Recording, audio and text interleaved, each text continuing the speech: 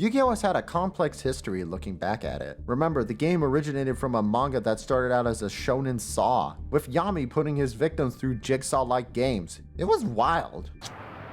ダイヤのエース、俺の勝ちだ。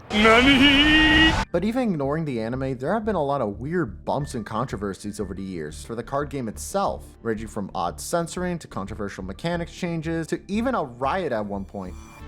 I'm dead serious. But possibly the most bizarre event in the game's history has to be a lawsuit that occurred between Konami and the original publisher of the game outside of Asia, Upper Deck. And this was a lawsuit so crazy, it could have easily resulted in some damage for the game outside of Japan. What the hell happened? Well, let me tell you a tale.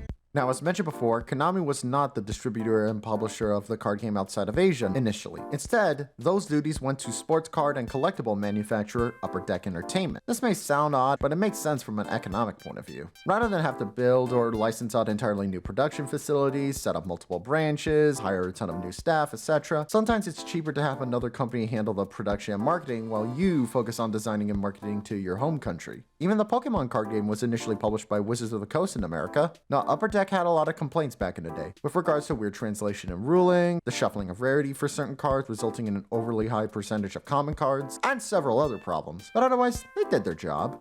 Tournaments went well, they were raking in big money for themselves in Konami, and there were no problems from an economic standpoint. But now, cast your mind to 2008. Russia had invaded Georgia, Paul Blart Mall Cop came out and changed the world of cinema, and you walk into a Toys R Us or Walmart. Alongside all the Bayformers and Guitar Hero clones, you see this. A new Yu-Gi-Oh set, that's pretty cool. And 3 Ultra Rares? Awesome! But then you look closely and see something is wrong. Let's use this booster set that came out around that time for comparison. First up, it doesn't list Shonen Jump's Yu-Gi-Oh, which is rather odd. And normally there'd be some kind of listing for what edition it is, the Konami and Upper Deck logo, and on the back or spine there'd be some flavor text describing the theme of the set or the story of Yu-Gi-Oh, as well as a link to the official website. Here though, there's nothing other than some random explosions, the line 3 ultra rare cards, a generic all trademarks listing, and a logo for a company called Vintage Sports Cards? There aren't even any age warnings, certifications, or even a sad onion. Even the selection of cards is seemingly weird, as they're not tied to the packs they're listed in at all. Normally when Konami does a set like this, they'll usually include an ultra rare from the set along with the respective booster pack. Also, you see this code below the card art? That's the indication code that tells you where a card came from. And no matter what, Konami does change the indication depending on what set it's from. Whereas for these Duel King sets, Dreadmaster is listed as EOJ, meaning he's from the Enemy of Justice set, and the other 2 cards are from the second McDonald's Happy Meal tie-in. So what's going on here? They appear to be clear-cut knockoffs, but A, the booster packs are legitimate while the main cards are not up to the normal standards with different material and even a different foil stamp, and B, why are these obvious knockoffs in a major retail store? Konami saw these and immediately went after this supposed vintage sports cards. And this is where things get weird. Now, vintage sports cards have very little info about them online. Having such a generic name will help with that. Their listing on Yelp is bare bones with an outdated phone number that leads to a plumbing service, and their listing on Manta has a single customer review that's none too happy. They appear to be, however, from what I could find, a card reprinting company, where they take out-of-print cards and repackage them, usually with what they claim to be a piece of the player's jersey. And on the packaging, they claim to have gotten permission from the original publisher, though oddly only credit Upper Deck. In their publishing, for example, of this Don Russ card of Roger Clemens, it's only listed as, "This authentic jersey was obtained by a trading card manufacturer or the secondary market," which is rather vague. So did they decide to make Yu-Gi-Oh knockoffs? I mean, it was the mid-2000s when bootlegging for Yu-Gi-Oh cards was insanely common. Just ask our friend Black Man Eating Shark here. Yeah. Well, here's our M. Night Shyamalan style twist.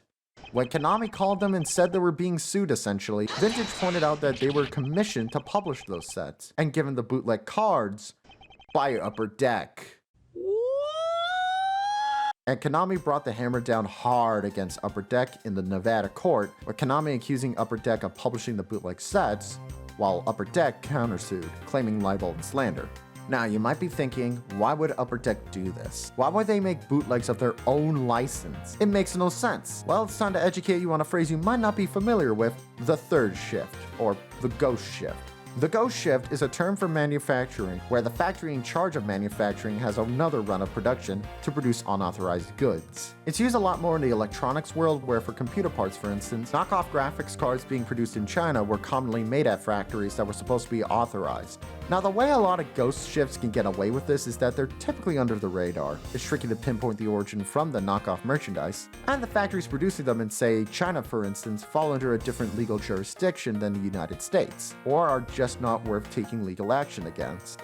However, Upper Deck are a US-based company, and these were being sold in major retailers like Toys R Us and Walmart, who keep tabs on where they get their inventory from. From what I can tell, Upper Deck was producing unauthorized Yu-Gi-Oh cards, and then sent them off to Vintage Sports Cards, who they've worked with before, to distribute them.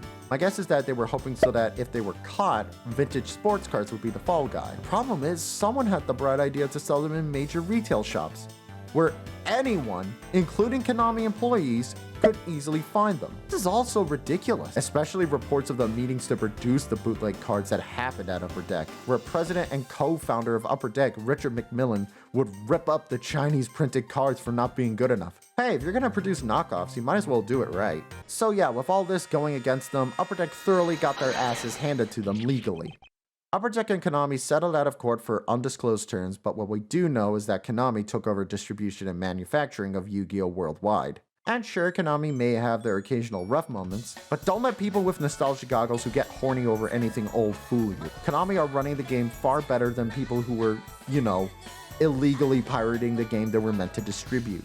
As for Upper Deck, they still exist, producing their own card game Versus, which I've never heard about until this video, as well as still producing sports memorabilia. And luckily for them, they were never sued again, except by Kareem Abdul-Jabbar, Michael Jordan, the entirety of the MLB, and most hilariously, their European branch for losing the Yu-Gi-Oh! License. So what did you think of this video? I wanted to dive into something a bit more historical, and I hope it was entertaining for you. I had to do some crazy research for it. So please, let me know in the comments, please subscribe, and keep an eye out. I'm gonna be suing Upper Deck soon. I don't know why or how, but it seems like what everyone is doing these days.